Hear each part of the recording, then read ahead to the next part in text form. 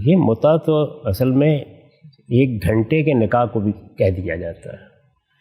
تو میں نے تو پہلے عرض کیا نا کہ بنیادی بات یہ ہے کہ آپ نے ایک مرد و عورت کے درمیان زندگی بھر کا عہد کرنا ہے۔ زیادہ سے زیادہ یہ ہو سکتا ہے کہ آپ کسی ایسی صورتحال میں ہیں جیسے یہاں سے بہت سے لوگ بیرون ملک چلے جاتے ہیں، ان کو کچھ پتہ نہیں ہوتا کہ وہ وہاں رہیں گے واپس آ جائیں گے۔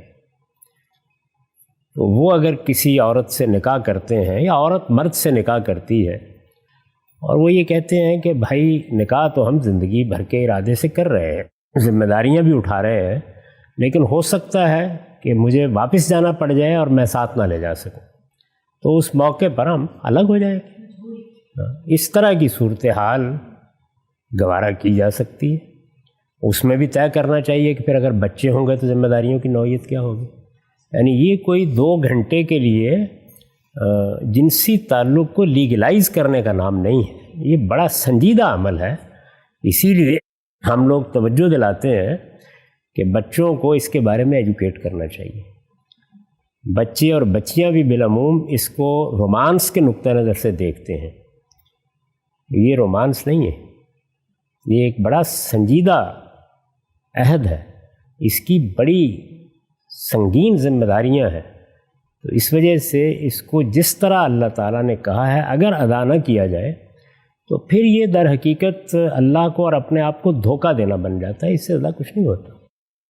اسلام کا بنیادی تقاضا یہ ہے کہ تمہاری آغوش میں اگلی نسل ڈالی جا رہی ہے، اس لیے تمہیں سنجیدہ زندگی بھر کے لیے اور سوچ سمجھ کر فیصلہ کرنا ہے، یہ 2-4 گھنٹے کے لیے ساتھ نبھانے کا کام نہیں ہے۔ تو متع اس کی روح کے بالکل خلاف ہے۔ یہ در حقیقت عربوں کے ہاں نکاح کی کچھ قسمیں پیدا ہو گئی تھی۔ یہ میں عرض کروں کہ دنیا کے ہر تمدن اور ہر تہذیب میں نکاح کی قسمیں پیدا ہو جاتی ہیں، اس کو روکا ہی نہیں جا سکتا۔ کیوں؟ اس لیے کہ نکاح بہت سنجیدہ معاملہ ہے، انسان سنجیدہ ہونے سے پہلے کچھ کر گزرنا چاہتا ہے۔ تو اس سے عربوں نے نکاح کی کچھ صورتیں ایجاد کر لی تھیں، ان میں ایک متع بھی تھا۔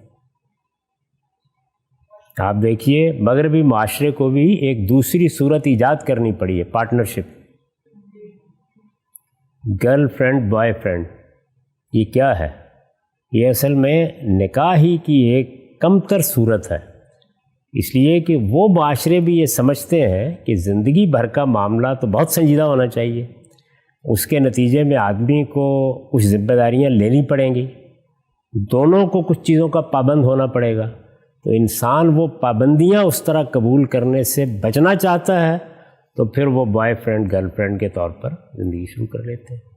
اسی طرح کی بعض صورتیں عربوں نے بھی 3-4 ایجاد کر رکھی ہوئی تھی۔ اللہ کے پیغمبر نے آ کر ان سب کو ناجائز قرار دیا، کیونکہ یا آپ ایک سنجیدہ تعلق اختیار کریں گے اور باقی تعلقات ختم کریں گے، اور یا پھر اس سنجیدہ تعلق کی طرف جائیں گے ہی نہیں۔ یہ چوائس نہیں ہے کہ آپ بیوی بھی رکھ لیں اور پھر اور بھی منہ مارتے پھریں، اس کا کوئی امکان نہیں۔